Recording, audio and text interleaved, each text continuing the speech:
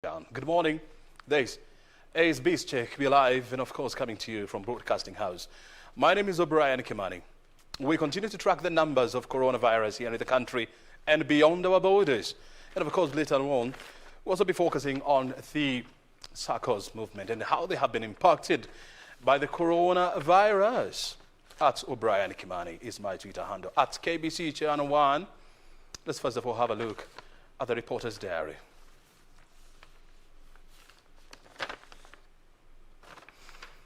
Well, we're still working on the reporter's diary, but I want us to, first of all, have a clear picture of how the situation is in terms of coronavirus. I think the world has come to understand or to accept that coronavirus is here with us, and so it's a question of managing the crisis and, of course, moving on with life. But let's first of all have a look at the pictures and the figures here. Look, globally we are talking about active cases, 4.26 million people are currently infected with coronavirus, and the total number of people who have so far contracted this disease is about 10.8 million people as of this morning. 10 million people have so far contracted coronavirus. But out of these, the interesting picture is 6.03 million people have actually recovered. Recoveries, 6.03 million people have so far recovered from this virus. And so far, the active cases stand at 4.26 million cases globally. Let's first of all go to specific countries here. And we want to start with, let's start with Kenya first and see, as of yesterday, the numbers as reported by the Ministry of Health, the total cases stands at 6,673 cases, and out of these, 4,435 are active cases, which means that 2,089 people have recovered from the virus. Unfortunately, 149 people have so far disease, and so this is the situation here in Kenya. Let's go to the US, which is offering a very interesting scenario here. US being the global hotspot for coronavirus. Look at these. Oh, I need to bring this down. Active cases, 130,000. The number of people who have succumbed to coronavirus in the US stands at 130,798 cases. 130,798 cases. Those are the number of people who have actually succumbed to coronavirus in the United States of America. And the most interesting thing is there has been what experts are calling the second. Remember, the U.S. has been partially reopening the economy, with a number of states actually relaxing the restrictions. And so this has led to a significant spike in the number of cases that have so far been reported in the U.S. And the most interesting thing, the number of recoveries as well stands at 1.1 1,164,680 people have so far recovered from coronavirus. And so that is the situation in the US. Another interesting case is Brazil. Brazil. The number of infections in Brazil stands at 1.45 million people. And the number of active cases stands at 476,509 active cases. Recoveries, this is the most interesting story, 916,000 people have so far recovered from the disease in Brazil. Unfortunately, it has come at a very heavy cost of about 60,713 people have so far lost their lives. The most interesting thing about Brazil is that their president, Jair Bolsonaro, first of all said when this disease actually struck the world, he said that this was just a normal flu and it would dissipate with the time. Unfortunately, it has come to hit the country so hard, and so this is putting a damper on his re-election bid. The same thing is happening in the US, whereby coronavirus is actually putting a damper on the re-election of President Trump. And the jury is still out on how the US has handled this crisis. Briefly go to South Africa and have a look at the continent leading coronavirus cases. 159,000 people are so far infected in South Africa. 80,000 active cases, 2,000 people, 749 people have actually lost their lives in South Africa. And the number of recoveries there stands at 76,025 cases. South Africa becoming the continent leader in terms of the number of cases, as well as the number of recoveries, and as well as the number of deaths. We want to take you to the National Treasury. They are launching the strategic plan today. Let's first of all listen to what they are saying. So, I want to hand over this plan to the implementers, who is our Permanent Secretary, National Planning. And on behalf of the Permanent Secretary, the Principal Administrative Secretary, National Treasury, that's the plan that we have for this ministry, and these are the two gentlemen who are going to spearhead the implementation of the plan. Hold them like this for a photo.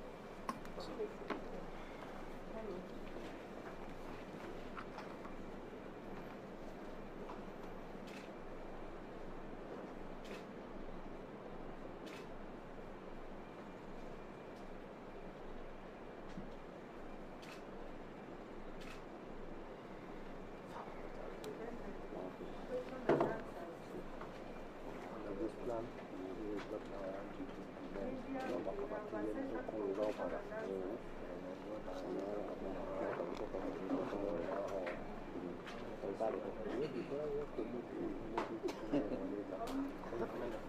So, India will give you a chance to ask like maximum of 4 points.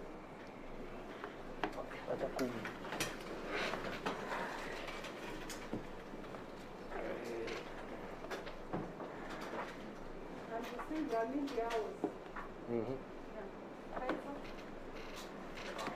Good morning. My name is Faisal.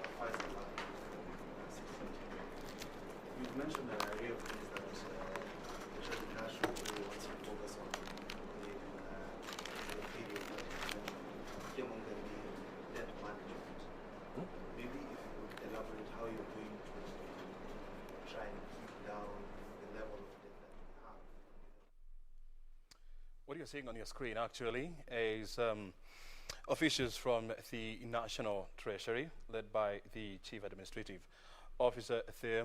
They were launching the National Strategic Plan that will guide how they do their business in the next 3 or so years. And so we are just following up to know what exactly is contained in that document. And we'll keep you posted. We were expecting the CS in charge of National Treasury, Ukuri Yatani. Unfortunately, he hasn't turned up today. But as you can see, we have senior officials from the ministry, led by the CS in the PS in charge of the national planning. That is Mr. Saitoti, as well as the Chief Administrative Officer, Mr. Nelson. You guys show here. We'll get more details on what's happening actually there, and then we'll be reporting back here. Remember, this is Biz Week, Newscheck. And I thought you'd be alive from Broadcasting House. At O'Brien Kimani is my Twitter handle. At KBC Channel 1 is our Twitter handle.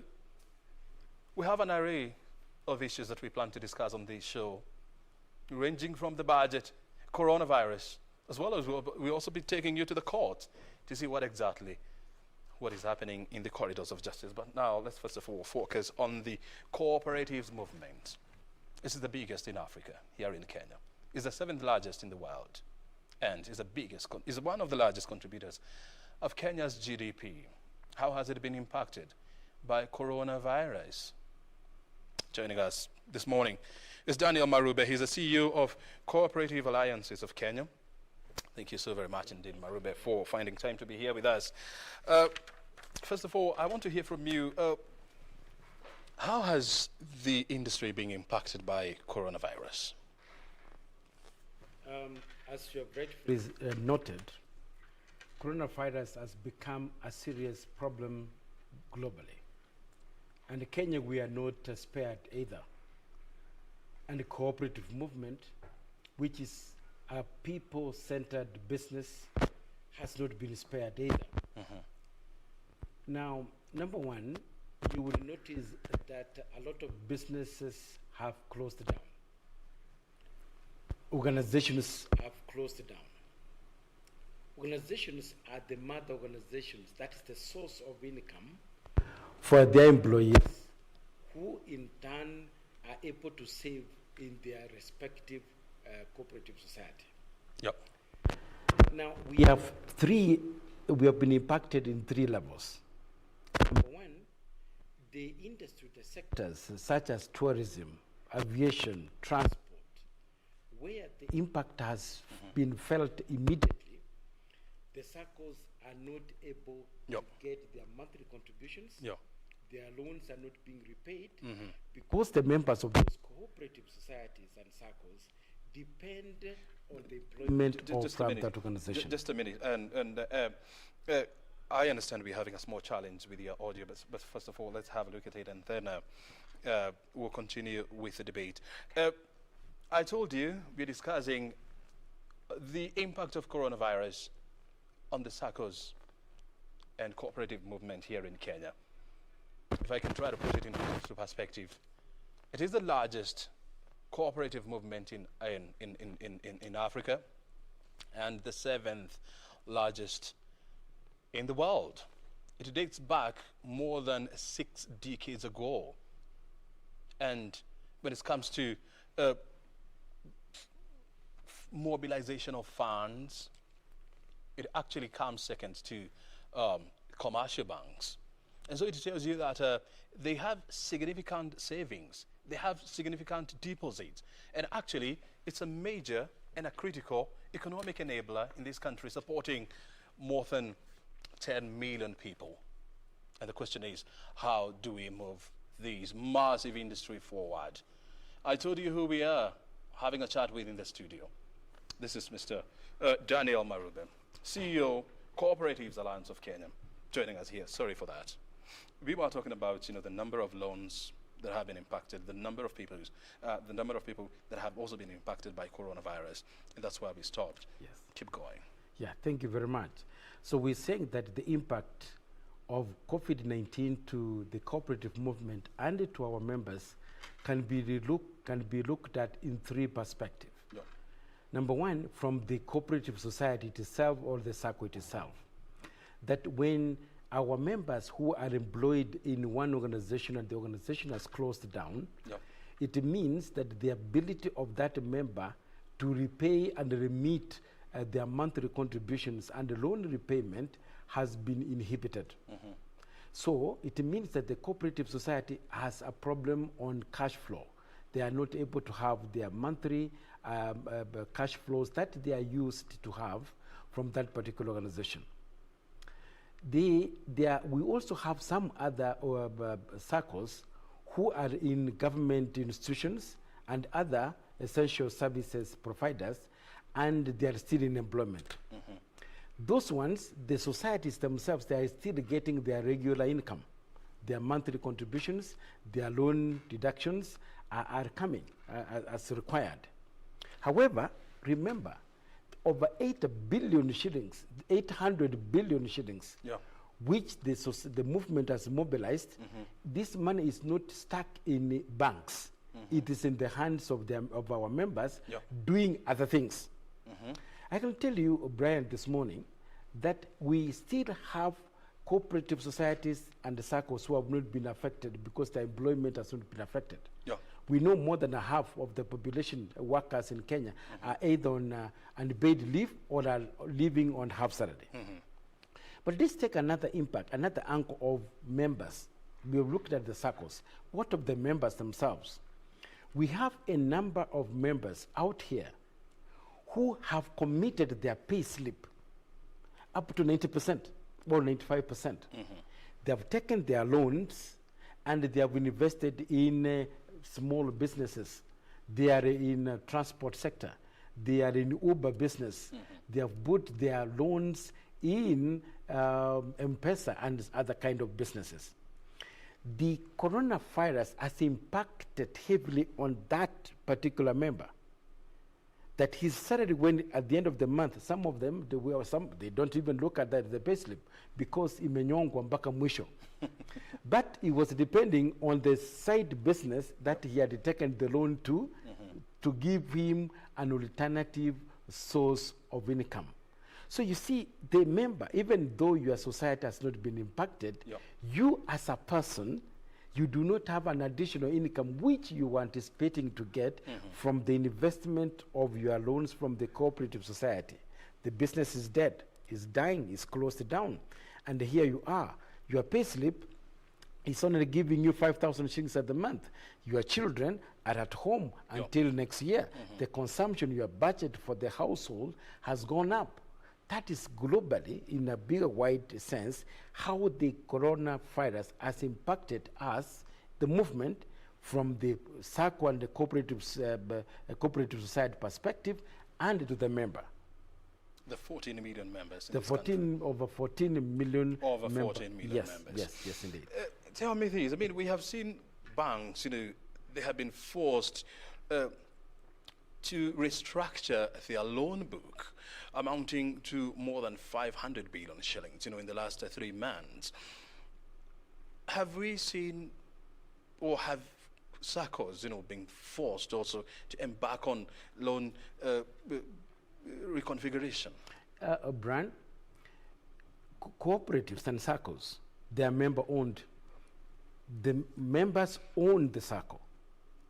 They consume the services of the SACCO. They are the managers of their own businesses. Now, I know 1 or 2 big SACCOs who have made a deliberate decision to reduce interest rate for their members. The decision to either restructure the loan,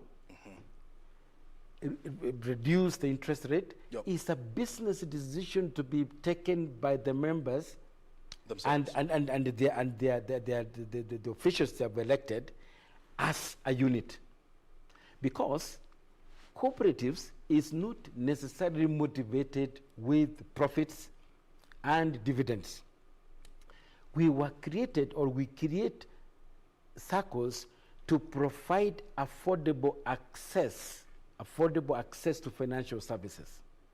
So the business decision that the board and the management of the respective SACCOs could make are many. Number one, they can choose to say if your loan was to be paid in that 6 months, you can now pay it in 54 months. That is a decision that can be made by the members because they own the business and they are the consumers of the same business. So that particular area we have guided, and we have asked the leadership of every cooperative society to make decisions that they can feel will be able to benefit their members. So we cannot be able to have a blanket decision, but the decision is to be made by the members, knowing that after COVID, the members will come back to a society and say, O'Brien, you are the chairman. You were the leaders of our cooperative society. How did you treat me at the time when I needed you most? That will determine whether I will be a royal member to you when things are okay or not. Remember, when a few years back, when banks were asking for a minimum deposit of 20,000 shillings, they made it so difficult for people to open accounts in banks. That's how the SACCO movement came into being. Because now we gave out an alternative. And the alternative is You own the business, you consume the business, you make the decisions that affect the running of your financial affairs. And therefore, individual members who have been affected, we have advised them, go and contact your officials of your cooperative society. Give your proposal. If you have been impacted and you are not able to pay the loan today, how can you be assisted? So, and I'm very sure cooperative and SACCOs, we are very humane. We listen, we talk to our members. We are not punitive. We will listen to each case as it's presented, and I'm very confident that the movement will be able to listen. Each society will listen to that. Even before coronavirus, I mean, the movement, was facing stiff competition from other new lenders in the market, and we're talking about especially the mobile-based lenders. I mean, who are offering, credit almost instantly. Of course, the issue of interest rates is another, elephant in the room. But you had micro lenders. A lot of people, were borrowing from micro lenders. Mobile-based micro lenders. You also had, M-Pesas, Fulizas of these world. Yes. And all the other applications. Name them. And now here you are, the coronavirus came. You're not having, it has disrupted the global supply chain, of major exports and imports, like coffee, flowers, tea, and all these. And a lot of your members, especially, are in the tea industry. Yep. Have you seen a situation whereby members are struggling to repay their loans? Yes. The agricultural sector, remember, other than tea, coffee has a cycle. It's cyclical. We don't harvest coffee throughout the year. There's a peak season, a low season, and a time when we're cultivating. Yeah. Now, and you see there's a lot of reforms coming in the tea sector and in the coffee sector. I'm sure you are brief to this. These reforms are meant to make sure that the farmers, through their SACCOs, are getting a sustainable income continuously, so that they don't have to wait for a whole year to work for the bonuses. So we are hoping that these reforms which are coming will be able to support the farmer, the member, so that on a monthly basis they have some income that is attributed to their production. So we look forward and to see that these reforms will minimize the strain the members are getting in terms of meeting their obligations of loan repayments. Yeah, and as you have said, agriculture is the main source. It's the main source of our well-being in this country, in terms of income, in terms of food production and security, nutrition in this country, and if we don't support the agricultural sector very well, then I think the whole economy will come down, especially coupled with the COVID-19 impact. Yeah. As the Cooperatives Alliance of Kenya, what kind of discussions are you having with your member circles, in terms of dealing with members who are having challenges, in servicing their loans? We are extremely aware. We feel our members. We are empathizing with them. We know challenges that they are undergoing. Some of them have taken loans, as I've already said, and they entered into small businesses, and the businesses are not performing at the moment. Their pay slips cannot sustain their daily lives. Our members, some of them have lost their jobs. Others are on their half salary. Others are on unpaid leave. The magnitude of the impact to our members is huge. And we have not fully calculated the impact, and we are trying to collect the data at the moment so that we can be able to quantify how big this impact is to our members. But what we have seen at the moment is that, and we are asking the leadership of various cooperatives, and almost every circle at the moment, they are giving short-term loans as one of the measures to mitigate and support the livelihoods of our members. That our SACCOs, our cooperative societies, in their own ways, they are giving short-term loans for sustainability. At the moment, we are sustaining the livelihoods of our people. We are very confident that as soon as we start easing the restrictions that we have in terms of movement, as the economy starts to reopen, cooperatives have been known for many years to be extremely very resilient, and the recovery in terms of economic recovery on cooperatives worldwide is commendable. It's commendable in the sense that... But they have never faced a crisis like the one we have had we had a financial crisis not many years ago. Which hasn't actually come anywhere close to what coronavirus has done to the global economy. Let me tell you, we have learned a lot as cooperatives, that cooperatives would be coming closer and working together with each other to support each other to come out of this particular crisis. You've noticed that in the recent past, you have seen on the media, that cooperatives in Kenya, we have come together and we have formed the COVID response team, which is collecting and aggregating funds from our members to support those cooperatives and communities who have been heavily impacted by COVID-19. You've seen my team together with the PS, just on Monday, they were issuing vouchers. That is how cooperatives, that's what we are. We support each other. We shoulder each other. So when the time comes, you will see that cooperatives will recover faster than corporate organizations, because we come together. We are many. We share the risks. And by contributing a little here, a little the other side, we are able to support those who need our funds more than putting it in a savings account in a bank. You bring it into our pool, and therefore from that pool we will be able to support our businesses and our people. When you look at the SACCOs and cooperative movement here in Kenya, yes, you know, the average age is about 50 years. Yes. And this age bracket is not highly conversant with technology. How are SACCOs managing to hold their AGMs? O'Brien, that is that's a perception. A perception. Go to any market. All people, all women, all men selling cows, they are paid through what? M-Pesa. Isn't that technology? Our SACCOs, our cooperative societies, we are serving our members. We have never stopped serving our members. We have several channels. You can either go through the ATM, you withdraw money from mobile banking. We are on that platform. We have learned that maybe not all of us have very up to the highest technology you can think about, but we are still serving our people.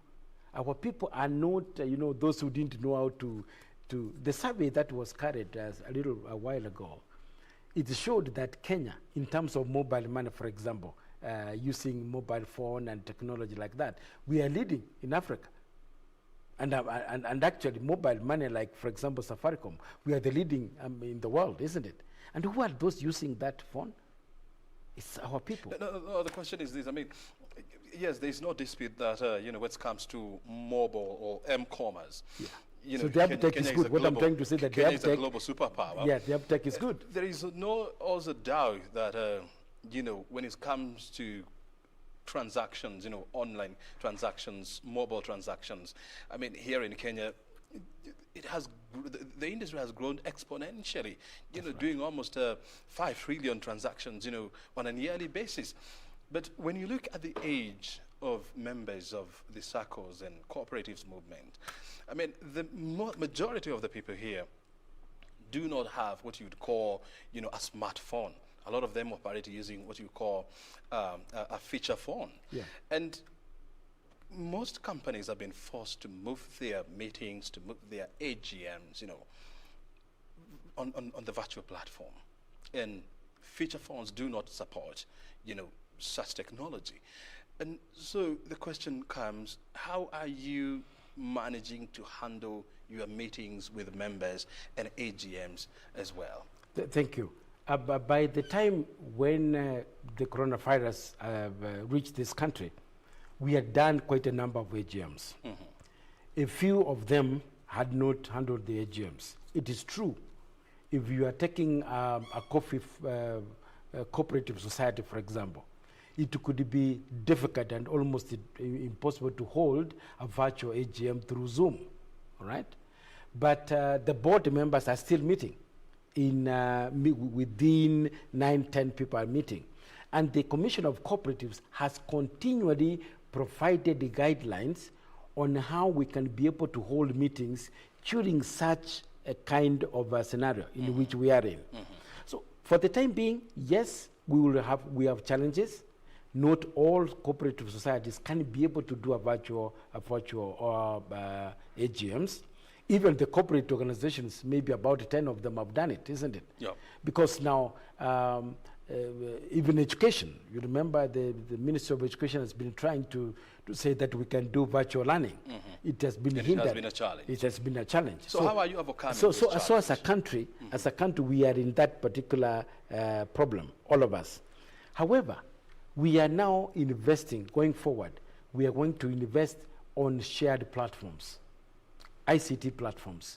In a little while, within the course of the year, you will be hearing us talking more of shared platforms, ICT platforms, where now cooperative societies do need not to invest themselves to have your own ICT platform from which you can be able to lend and analyze your members' loan applications. So we will be we are setting up and we are taking lead to ensure that we have strong, powerful ICT core banking and also mobile based systems that can be able to support our sector. This COVID-19 has given us a lesson. We have learned that we ought to have invested in strong, reliable, dependable, secure systems earlier. But now that is where we're heading, because I don't think this country will be the same again. We will never do things the way we have been doing. We have to go digital. Digital is the way forward.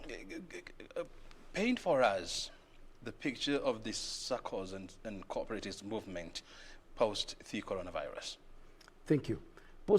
We see cooperatives emerging strong in different ways. Number one, we will be more strong in the digital platforms. Our presence in digital platforms will be extremely strong. And number two, we are going to have very new cooperatives coming up, new types of cooperatives coming in. We will be having people, environment-based cooperatives. We will be having, so that we could be a renewable energy sector, will be very strong in cooperatives.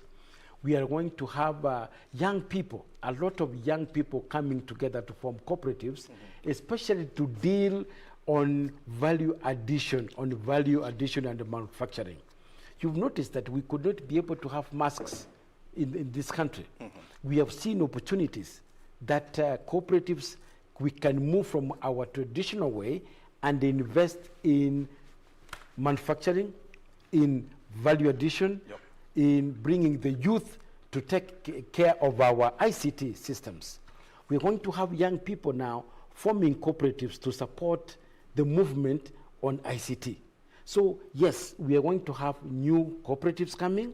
Of course, a few others will disappear from the globe as a result of these changes that is coming in, and others will become even much stronger. So I have a lot of hope, and I think I want to give this hope to our members out there that cooperatives will be much stronger, we will emerge more resilient, we will serve our people much better, we will change the country in terms of economic development. You see, from curfews, to cessation of movement in a number of counties, about 5 of them, these are some of the measures, that the government has put in place, to try and curb the spread of coronavirus. How have you been affected by these? Of course, our transport cooperatives have been heavily impacted. Their vehicles are grounded. The taxi cooperatives, the people who are at the airport the SACCOs within those sectors have been extremely affected. Their businesses, their livelihoods have been threatened.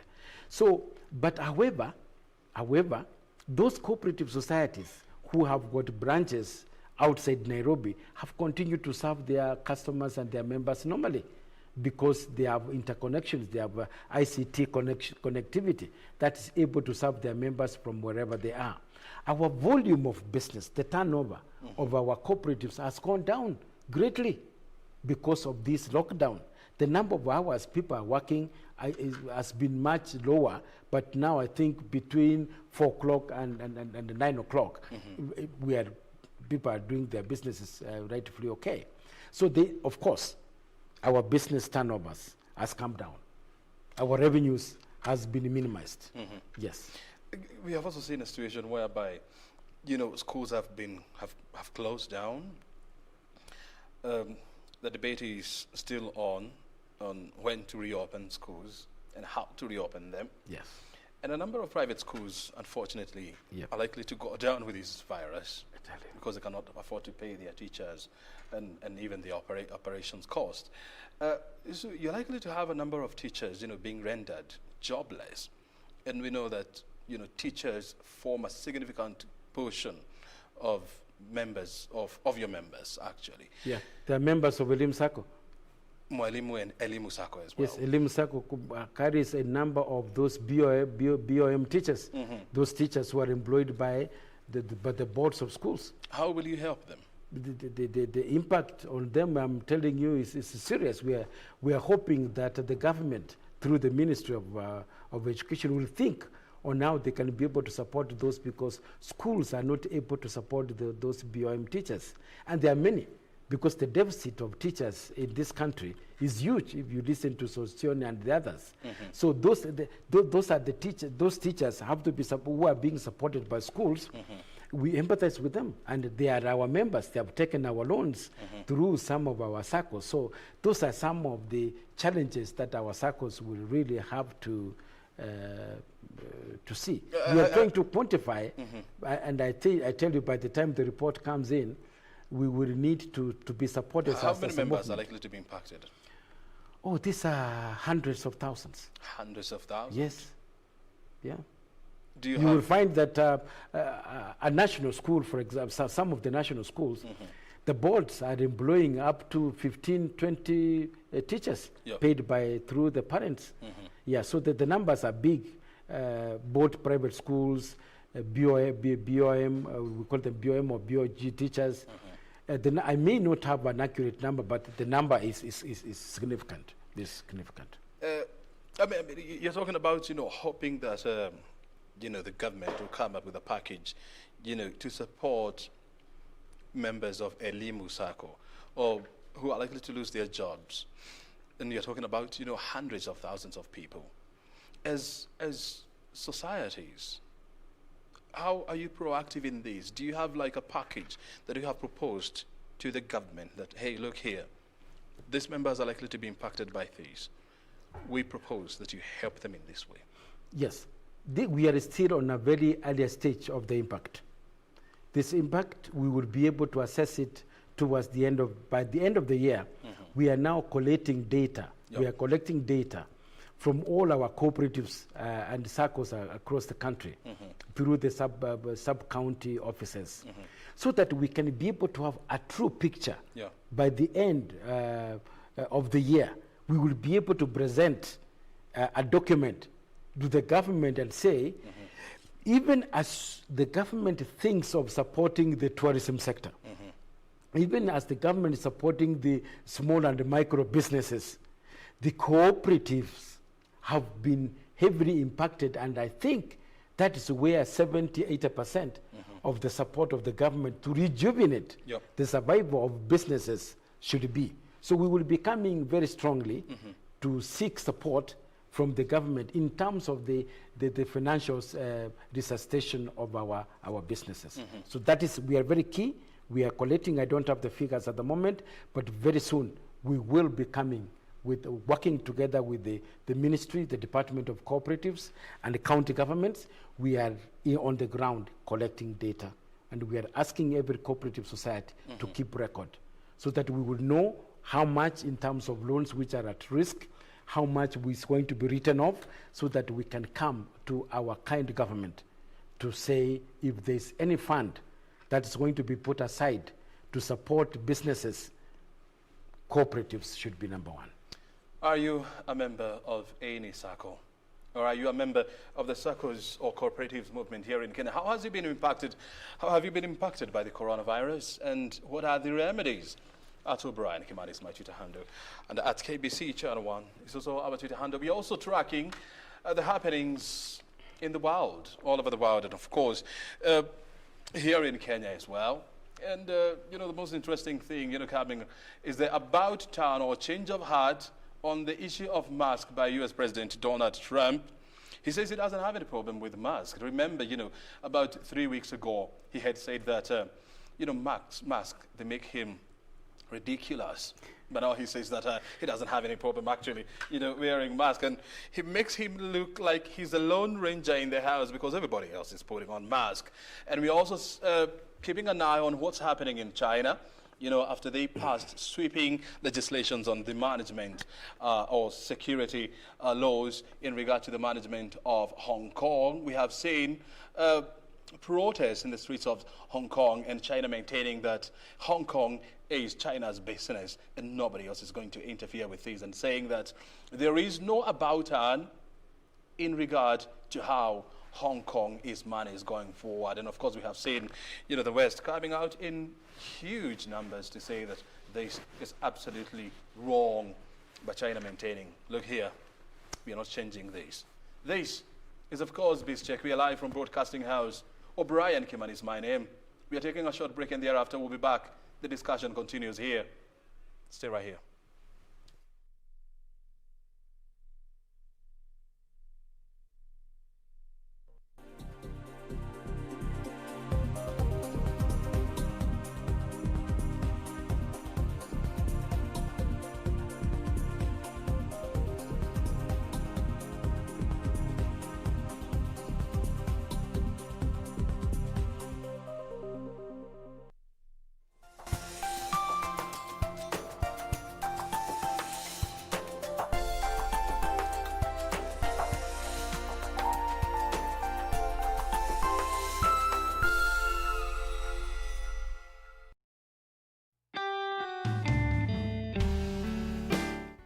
Hamjambo wa Kenya wenzangu, mimi ni Mheshimiwa Mize.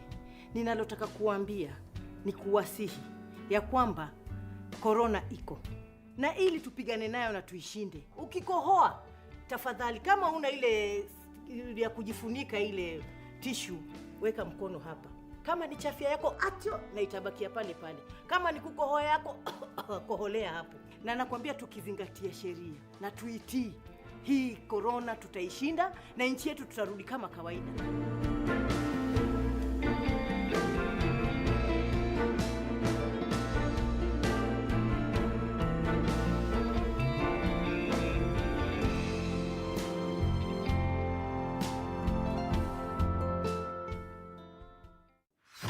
The entertainment and creative industry is facing significant disruption from the COVID-19 outbreak.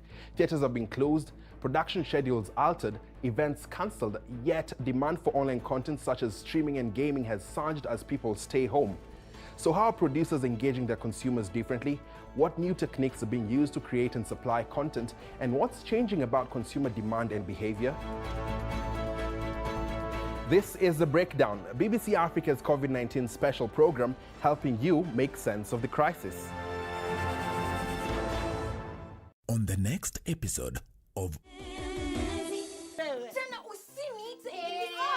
hamna tofauti. Wasikia? Tena sikiza wewe mwanamke, ulipokuwa ukifanya haya mambo yote, hukujua dhara zake. Muangalie. Mwanamke. Jamani. Wajua Linda ametoroka wewe. Ametoroka? Mwenda wapi na? Haya kuhusu. Hapa sisemi kitu. Hata usiseme. Liona nijiseme. Hatujali kazi zenu wewe pereka huko. Unajua ni wewe tumetoa hapa ushamba juzi. Basi tafutani mwingine mmutao zaba. Wewe digivia wewe. Mbona? Unajua jambo lako wewe kulala in a mental hospital should have been the first thing on your CV. Unadhani hiyo bedroom kuachwa wazi ilikuwa kimakosa? Kwani kitaka kwani unajua Nini haswa mnapanga na Chris? Basi nenda kamwambie Joel, hakuna mahali hapa duniani mimi siwezi kufika. Mwambie. Ala, come on. Sikufaulu. Shut up!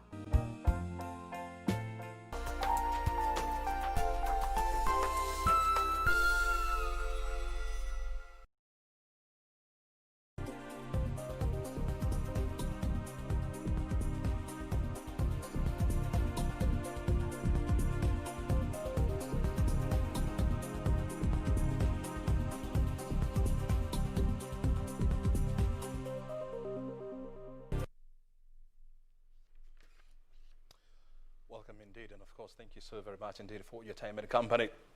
We are here live from Broadcasting House. We're discussing what has to do with the impact of coronavirus on Kenya's circles as well as the cooperative movement here in Kenya. Joining us, and of course, is the Cooperatives Alliance of Kenya CEO.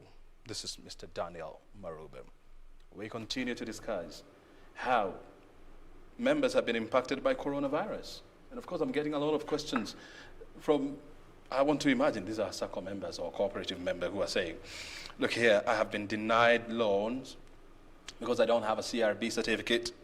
Yet the government the other day said that, or directed CRBs to stop adding members into their list of defaulters.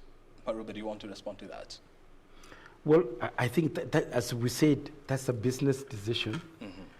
That we need to find out from which cooperative society that is, so that we can be able to find out. Maybe there could be other reasons, but I'm sure the society has looked at it. For them to deny a member a cooperative society, maybe they are looking at ratios, credit ratios and the others. Yep. So I may not be able to be exact to know what that problem that cooperative society member is having, but maybe after this we can be able to get in touch so that we can solve that problem with the society. Actually, I mean, we know that these are some of the measures that the government has put in place to ensure there is a credit circulation in the country, whereby credit reference bureaus, they have been requested that, hey, look here, because of the hardship, the economic hardship and business hardship that Kenyans are going through because of coronavirus, just hold on, listing members who have defaulted on loan repayment and so much until the pandemic is over. But we know that lending institutions, they use the information from CRBs to gauge who to lend to based on their credit profile and who not to lend to. So in a situation whereby now you're not getting this data from CRBs, how are you profiling or how are you doing your KYC to your borrowers? You see, the people who borrow are our members. We have their history. We have their savings records. We have their past credit history. And what the cooperative societies are doing is we want to stop. There are people who borrow from one society. You are borrowing from here to pay the other one. You are borrowing to pay another more urgent loan which is due. And it's by so doing we are not supporting, we are really not assisting our members. Because when you have a cyclical kind of loans, you are depending on loans from time to time, you never get your members building their wealth. And the cooperatives are meant to support you to be able to build wealth for yourself and not to consume. Look here, we said earlier in this program today that we have so many channels of getting loans these days, mobile-based loans, which are very easy. And let me tell you, some of our members have been trapped. You have borrowed from 5 different mobile institutions, and you can never break that particular cycle. So I think our cooperative societies and circles, they have a criteria to look at how much have you saved, how is your repayment record. If we give you this amount of money, how are you going to repay? Do you have another loan elsewhere so that we don't overburden you with a lot of loans, and then later on you are not able to service your loans? So I think the reference bureau gives us a very good basis so that you don't borrow from Sako Kimani and go to Sako Marube and you don't pay on the other side. So we want to be sure that our members are disciplined, they are paying their loans, and they are using the loans they are borrowing for the intended purposes. But I don't see, maybe some of the societies will not be giving loans in the near future, quickly, big long-term loans, because the inflow is not there. Remember, we have said some of the organizations are not getting their monthly deductions. And therefore, I can foresee a situation where our members are not going to get their loans on time. There is going to be a bit of delay because there's a cash flow problem with cooperative societies. Yes, And, that's definite. How big is likely to be the cash flow problem going forward? I could say, for example, maybe 30%. Maybe 30% of that is already affected. It could be more. It could be more. Because if you see how many organizations are giving, have sent people on half salary or unpaid leave, and those who are not actually working at all, so it could be, the impact could be big, could be bigger than even 30%. Yeah. And are we likely to have SACCOs that are likely to go down? Yes. Because of this crisis? Oh, yes. In which sectors? Various sectors, hotel industry. Remember, the chain of hotels have the staff members have a hotel. Your neighbor here, one hotel closed down. We don't know when they will ever open. So how will that circle survive? Because the employer, who is the mother organization, which brings together the workers to form their cooperative, is not working. So the moment you close down, we don't see that cooperative society coming up unless that organization comes back. And if it comes back, are we sure that you will absorb all those employees you were employing before? So there's a lot of uncertainty in this particular vulnerable sectors. Yeah, there will be some which will never survive, definitely. How will you help them? That is where we are saying that once we collect our data and we are able to know the impact and those cooperative societies which will be adversely affected, then we can be able to approach the government to see whether we can get some fund. They want to be able to support the cooperatives, then we can be able to resuscitate and match some of those members, but buy those members and match them to other cooperative societies. What is likely to happen to member savings? Member savings, in case, a SACCO goes under or belly up. We'll be doing recoveries because that money of the savings is in the hands of another member. So we have to come and recover. I mean, do you plan to do to somebody who has been laid off? It is a challenge, but remember, when you're taking a loan, you are either pledging your piece of land as an additional security. We also have guarantee from another member, So we will be able to see areas where we can be able to get. And if the situation becomes very bad, just like other banks are doing, we will have to write off. But the write-off in SACCOs is minimum because part of the loan you have taken, a third of it is already secured by your savings.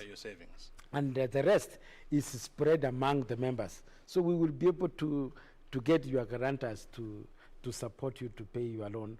And we will still wait for you, hoping that you will get another job or another business so that you can pay later. I mean, apparently, there is a lot of hoping, Oh, yes.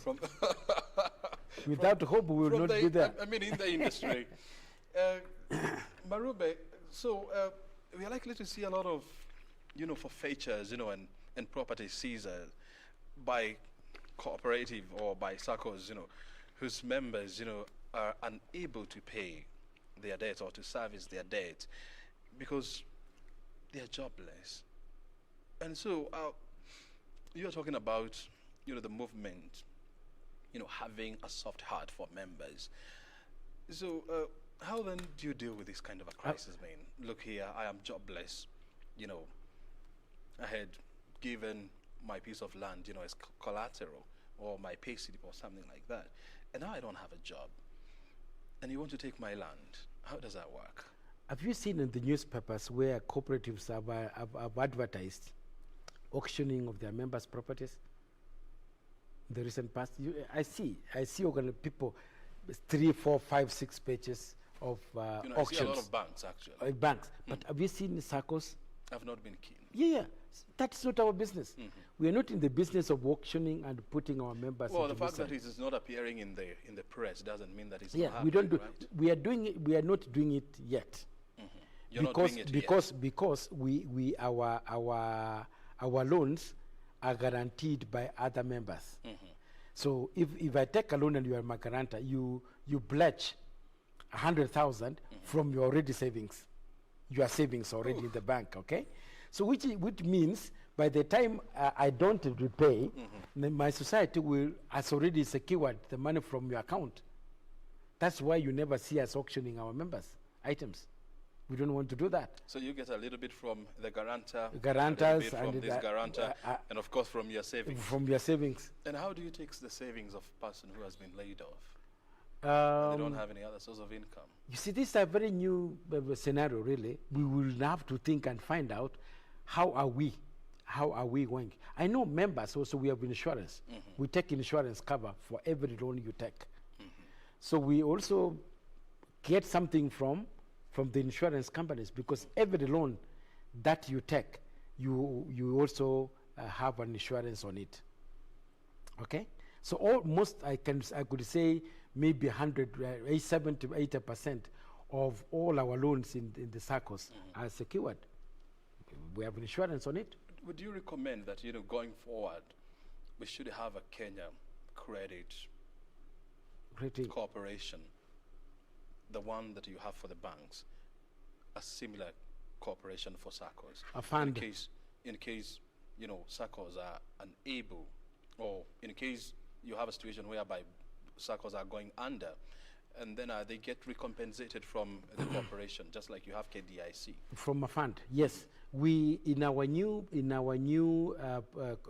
cooperative policy, which has already gone through cabinet and has been approved, we have provided for a cooperative fund where all the cooperatives will be able to contribute to that particular fund, so that when a SACCO is having a problem, if a cooperative society has a problem, then that particular fund can be used to support that particular cooperative society. It has been there, the idea has been there, but it has never been actualized. So that we have now seen the need to quickly rejuvenate, form that particular fund, the cooperative fund, so that it can be able to support the cooperatives and their members, especially if they are in trouble. And of course, this has been a proposal that has been there now for more than 10 years. Yes, yes. And of course, you don't expect that it will come into force, immediately or anytime soon, because there are steps, before a policy becomes effective.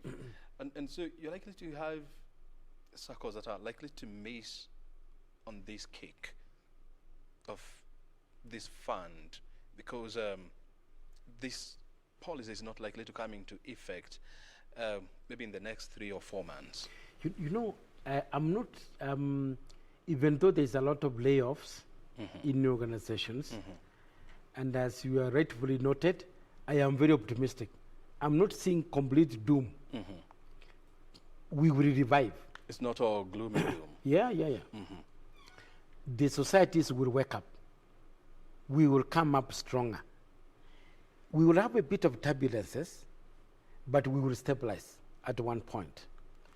Those societies which have got a big problem, we restructure their loans to give their members time to look for alternative jobs so that they can be able to pay their loans, because I don't think our cooperative societies and SACCOs We are in the business of auctioning and selling the property of our members. We have not reached there yet. We have not reached there yet. I'm sure we will have a fund from somewhere to be able to support and resuscitate our cooperatives. For the time being, I am not seeing darkness. I'm seeing light. I'm seeing light tomorrow. You're seeing light? Yes. Look here, I mean, if you want to get in or participate in this discussion, definitely, I mean, you're welcome to do so. You can do this by, sending in your questions or your observations at O'Brien Kimani, at KBC Channel 1. Do you have a Twitter handle? Sorry. Oh, Marube doesn't have a Twitter handle, but let's hope that he'll get one anytime soon. This is Newscheck, definitely, where we discuss issues that affect you business-wise and, of course, economically, on a day-to-day basis. And today we are discussing the issue of cooperative societies and SACCOs and how they have been impacted by the coronavirus. A number of them, actually, are likely to go belly up, especially in the aviation, horticulture, and the transport industry. And the question is, how do you mitigate the impact of these? And that's the discussion we are having here with the cooperatives. Alliance of Kenya, CEO Daniel Marube. Marube. Yes. What is this one lesson that SACCOs have learned from coronavirus? Number one is preparedness. We have lived to do everything normally. And we have discovered our weaknesses in terms of our digital platforms and co-banking, which we need to strengthen, because this may not be the last disruption. So that we can be better prepared for any other disruption like COVID-19 going forward. So we need to be prepared. On daily basis, we need to be doing business differently. That our traditional cooperatives may not take us to in the next 15 years. We have to change. We have to do things differently. We have to invest in more in electronic systems so that we can be able to attract more young people, come in with the new products, and go into new areas such as green energy, have cooperatives, workers' cooperatives, consumer cooperatives, move into manufacturing and value addition. And value addition. Yes. On the 4th of July, you celebrate the International Day of Cooperatives. Yeah. And of course, this is coming at a time when the industry is facing tremendous challenges. Is there anything to celebrate about? Yeah. Yes. Every year, I think this is 98th International Day of Cooperatives, coming on 4th of July 2020 on Saturday. It's a day that globally, around the world, cooperatives, we are more than 1.8 billion members in the world, who derive their livelihoods from cooperatives and are engaged in cooperatives in various sectors. We come together to relook at the achievements, what we have achieved in the previous year. This year, we had already picked a theme. The theme for this year is cooperatives for climate action. Climate action. And this one has been derived from the Sustainable Development Goal number 13 on climate action. How important is climate to cooperatives? How do we link up? And I think this topic of climate change and climate action by cooperatives has come at the right time, as you have rightfully said, when COVID-19 has disrupted our supply chain from agriculture, transport, distribution, name it. When UN identified climate as a big goal that needs to be mitigated, we have come together and agreed as cooperatives that climate has a direct impact to our growth. Number one, in Kenya, for example, in the recent past, we have been having two impacts. Number one, floods. No. We get a lot of flooding. Just the other day in Elgeyo Marakwet, you saw what was happening. You saw landslides in Kericho. You saw Kisii, Murang'a, name it. There were floods. There were a lot of people died. You remember Budarangi around Ahero. In total, we had more than 200 people losing lives. What comes after the rains have gone? We have waterborne diseases. We have mosquitoes spreading in large numbers, and people suffering from malaria and you know, all those kind of diseases come in. Now, in terms of agricultural production, a lot of, when the rains come, erratic rainfall and a lot of it, and there's flooding, it erodes the top soil, isn't it? What does that mean to us? It means that we reduce the soil productivity. And when you reduce the soil productivity, our agricultural cooperatives and our members who are based in agriculture, who will live on agriculture, their granary will thin up. They will get less food. We will have challenges in food security and nutrition. And the little food that's available is eaten by pests and aflatoxin. So it means to us as cooperatives who are engaged in food production and supply chain, the climate change has a direct impact on our livelihoods in terms of food security, nutrition of our children, income per capita per family, and our country as such, at large. Look, everybody is saying that the worms which were eating maize recently in Kenya, the locusts, have a link to climate change. So what do we have as cooperatives? What can we offer? We are saying, globally it's already been accepted that the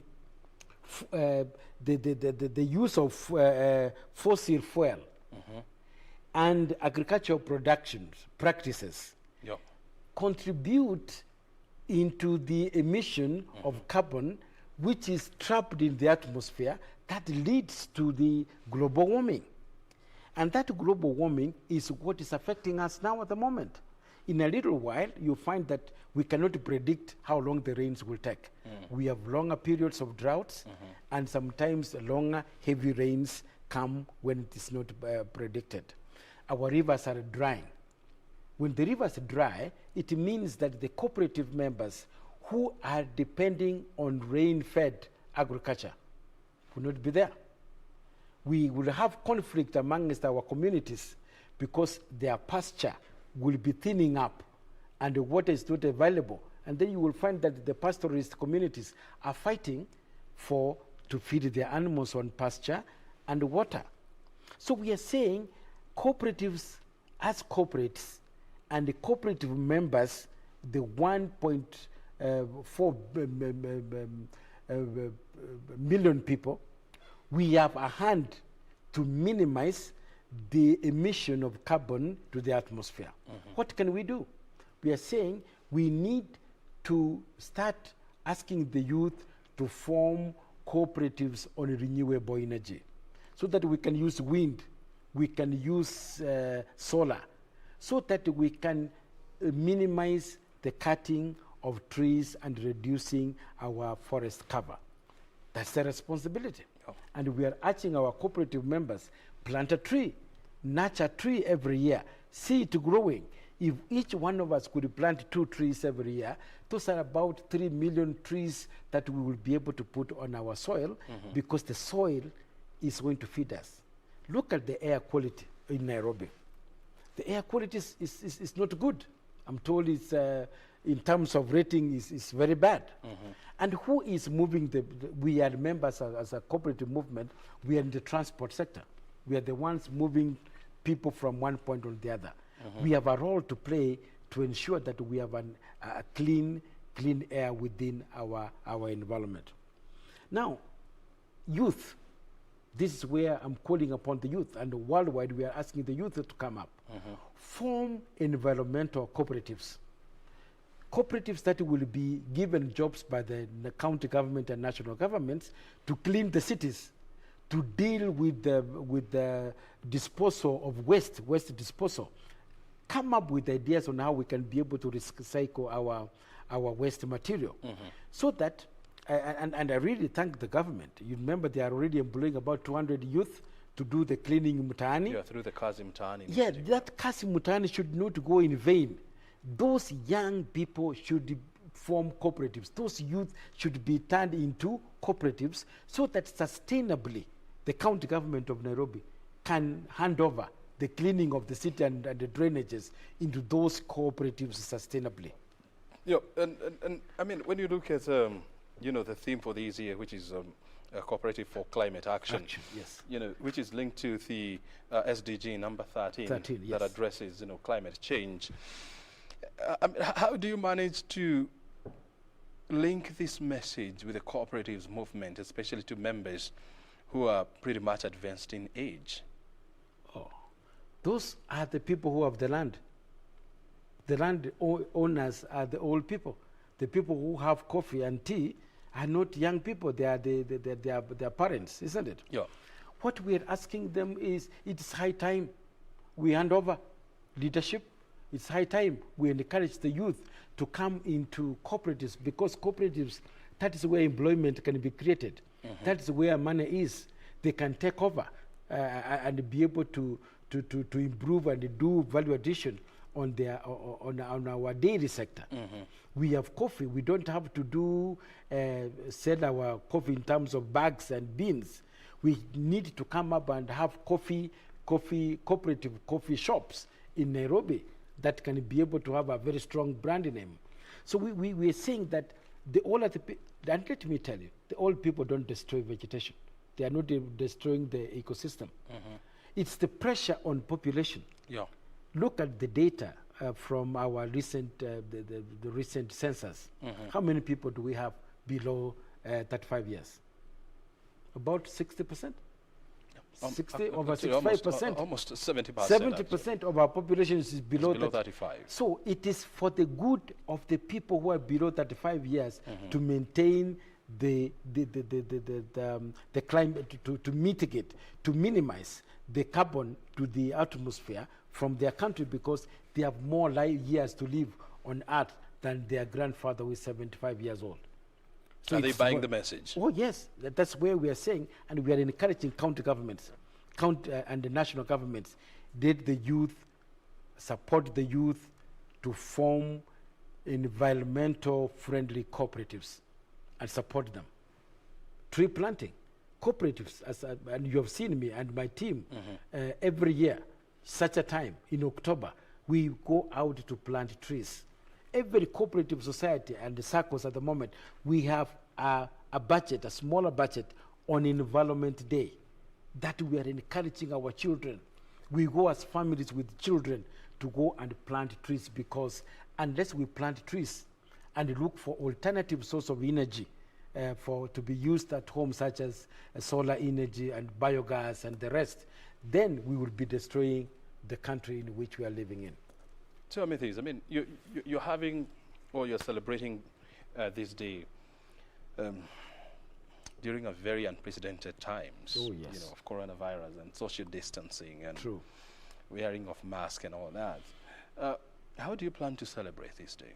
Oh, O'Brien, we are in a very difficult situation at the moment, where we normally gather like 7,000 to 15,000 people at the City Stadium, Nyayo Stadium, or Uhuru Park, and we march along the streets. We do business activities. This time, I want to let my members know that we are not going to have our formal gathering of people. And we know, as we celebrate, some of our members are in a dire need. They don't have food on their table. We know some have lost their jobs. So we are in a problem. Some are okay, the others are not. So in order to empathize with our friends who have lost jobs, who have no food to put on their table, we have used this time to give out food. Last week on Monday, I think this week on Monday, it was this week on Monday, we gave out vouchers of between 3,000 and 5,000 people. And the previous week, we had gone to our neighboring Kamgunchi area.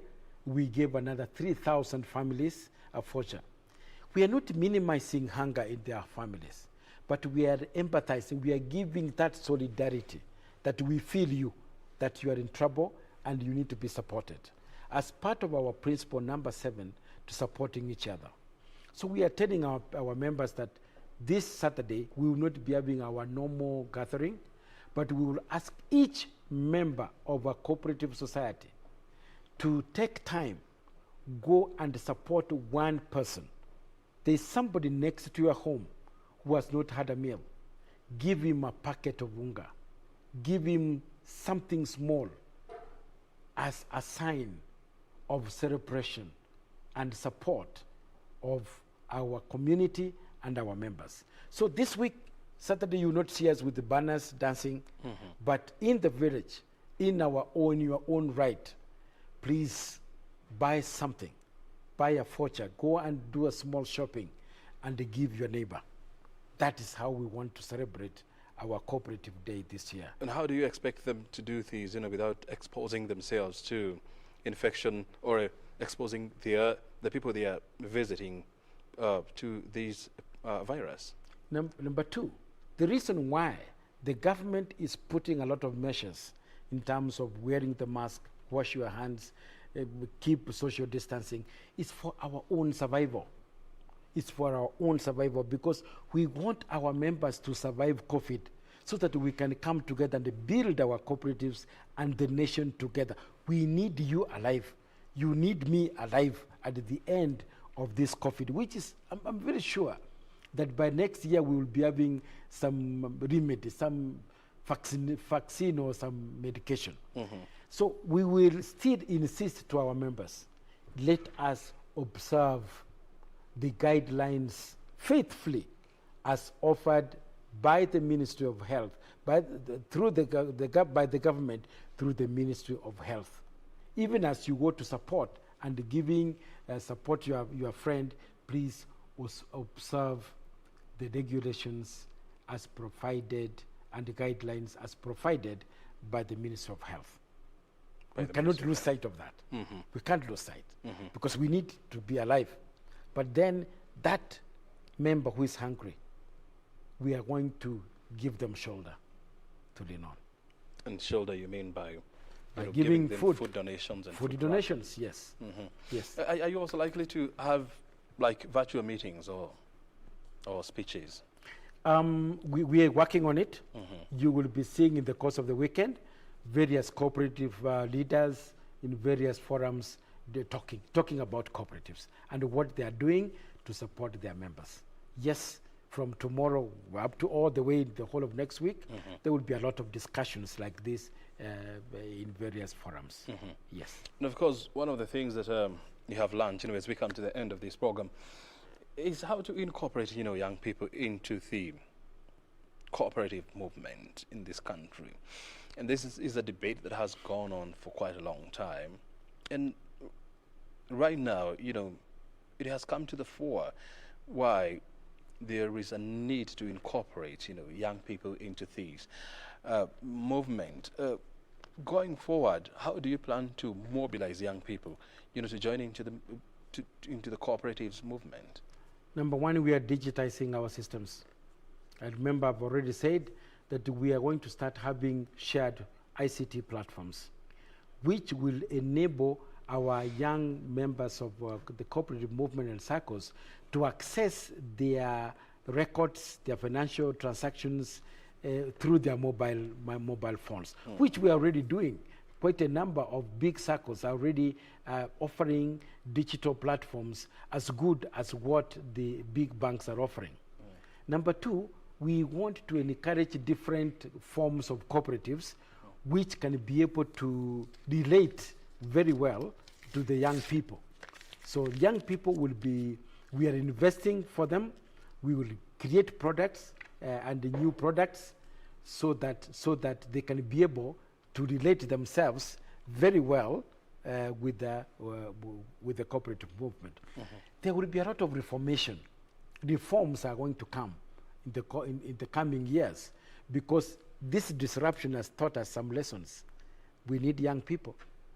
When we digitize, we will need young people to come and give us support. And therefore, I want to encourage young people to join a cooperative society, and during the AGM, come and vie for positions. The positions are there. We are willing. The societies are willing to give young people, women, positions. But you see, we can't come for you, O'Brien, from your house. You have to belong. You have, first of all, to buy the idea to become a member of a cooperative society. And when elections are being announced, just stand by and say, I think I need to be there to represent the members who are below 25 years. And there is a position for you. And it should be The given doors to are you. open. Very well. Daniel, thank you so very much indeed for your time. Thank you and for indeed. your insight in regard to, how the industry is coping in these difficult times and the way forward as well. Thank you very much indeed for We hosting me. appreciate your time. You've been very kind to us Very as a good. cooperative movement. Thank you very much. Thank you, Brian. Daniel Marube is the CEO of Cooperatives Alliance of Kenya, joining us here on BizCheck. It's been almost 2 hours of fruitful discussions here. The discussions continue on Tamurini, which is coming up next with Nancy Okware. O'Brien is my name. I'll see you again at 10:30 as we discuss the future of the coffee industry here in Kenya with the formation of the new Kenya or KPCU. I mean, what are they doing to revive the sector? Or is this a walk in the park? Or this is a mission impossible kind of a scenario? We'll be talking to the chair of the new KPCU tonight at 10:30 on Inside Government. Until then, let's keep engaging at O'Brien Kimani at KBC Channel 1. Nancy Okware is coming up next. This has been BizCheck. Stay right here.